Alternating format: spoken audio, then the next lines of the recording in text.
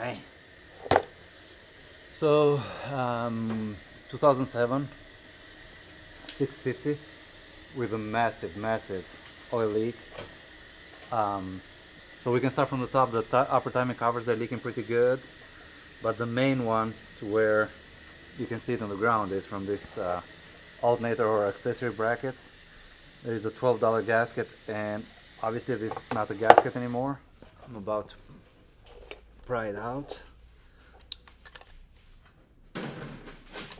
and as you can see, this is it.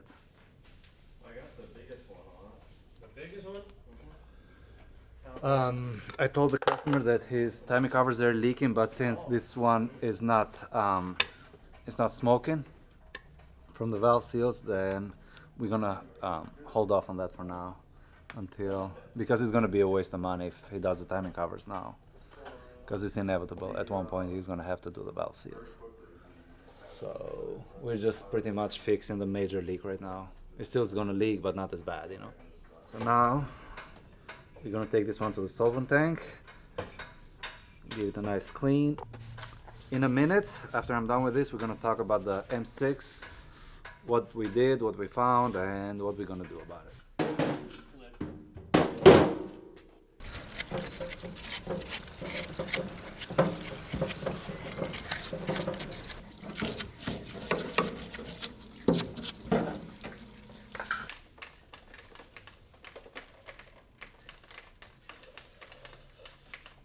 Brake cleaner.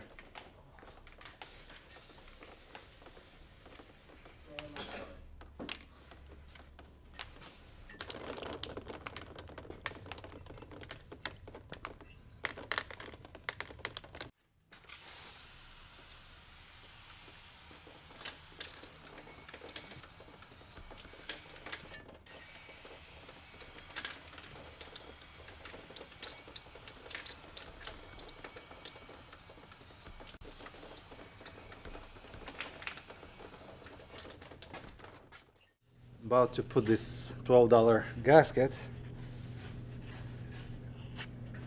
Make sure all the surfaces there are nice and clean. And it amazes me how expensive it is to do this one, you know.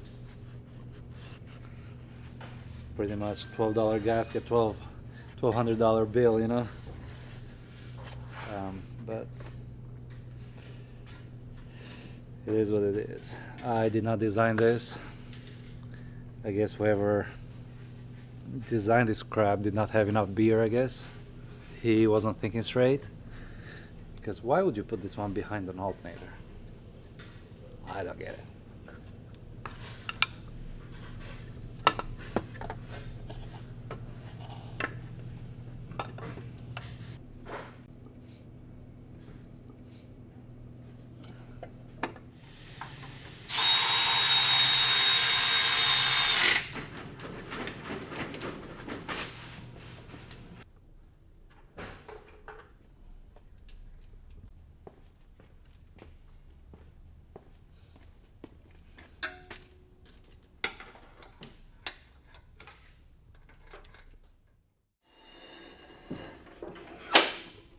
Okay, quick update on this one. Got the bracket in, torqued. Got the motor mount bracket in. Always keep this one here. This is the nut for the motor mount itself, because in the past I would forget to put it on, and then you'll feel some kind of vibration on the engine and you're like, that wasn't there before. So I just keep it right here. As soon as I bring the car down, just tighten it real quick and then move on.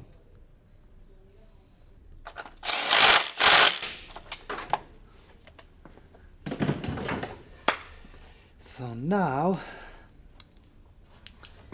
the part that I do not really like is right here. There is this bracket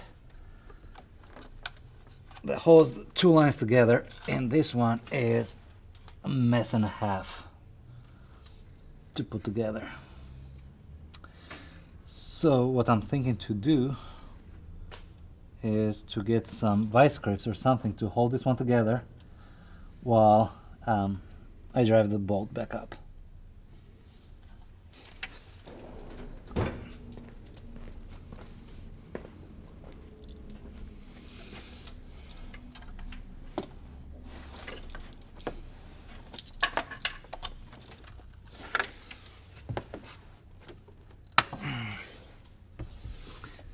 I got to make sure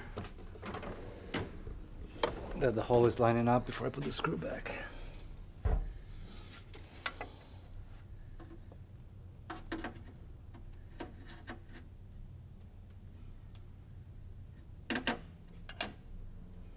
And of course it's not lining up.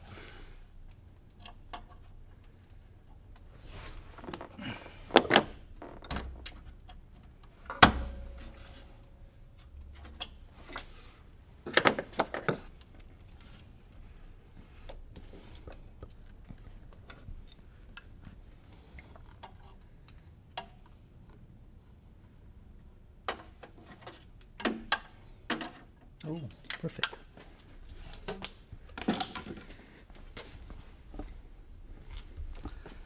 Okay, this is take 3.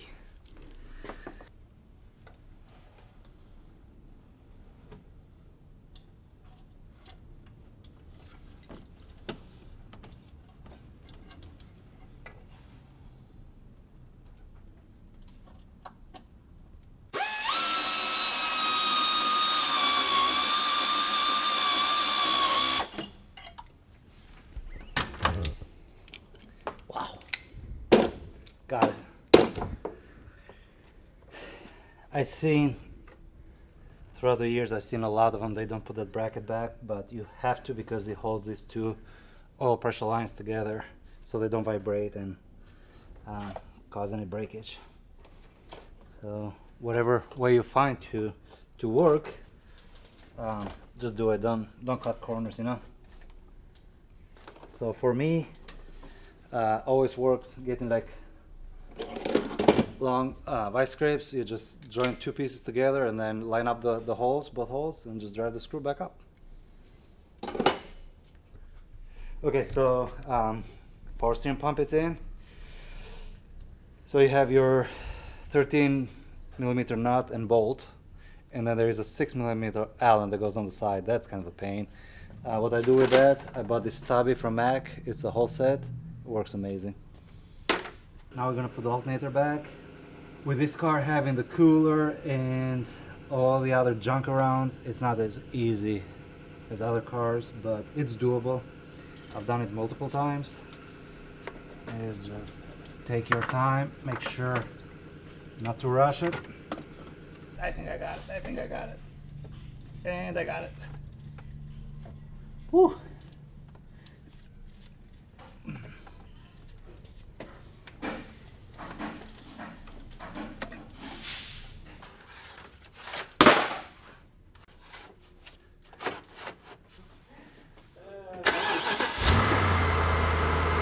Okay. Leave it running.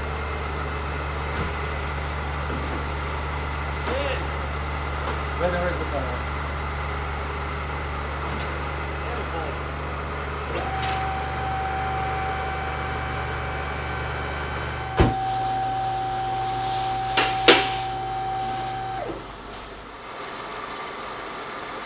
Alright.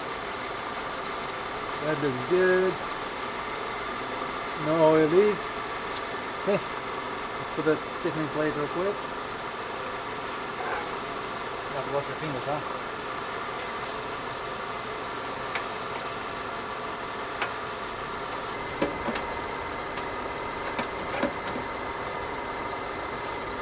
The car is running perfect. There is no more oil leaks from the bracket, so just put in the final screws for the reinforcement plate, and then we have the splash shields, and then take it for a spin, make sure it's good, and then done.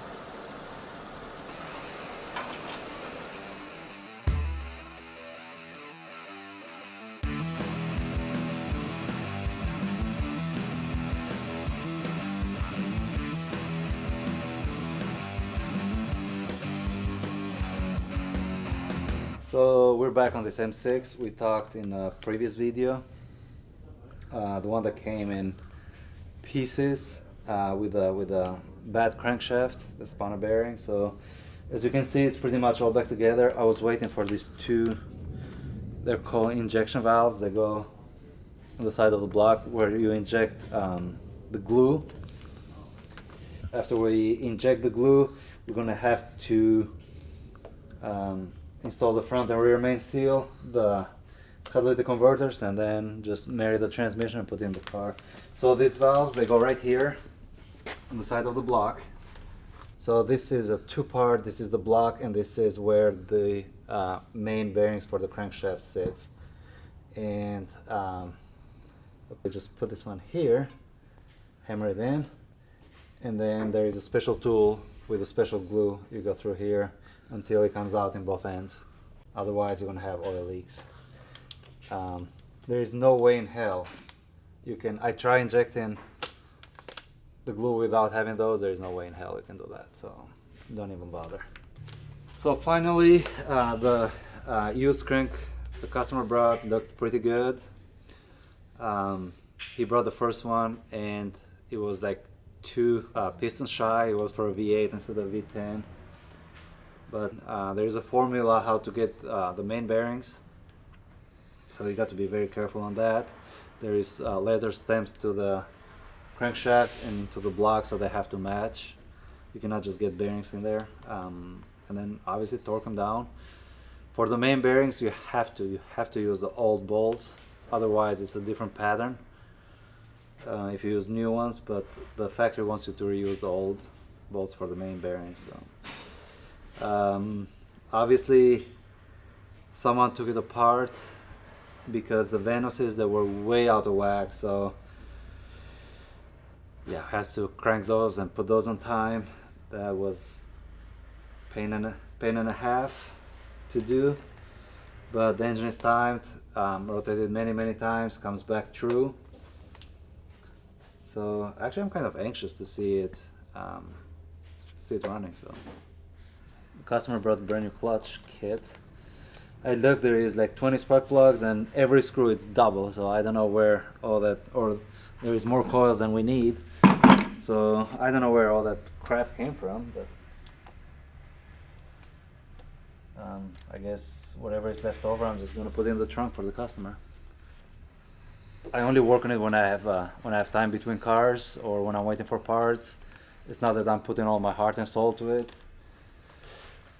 Like I said, it's a project. I don't even know what the outcome is. I'm hoping for the best, but I guess I'll let you know in the next video.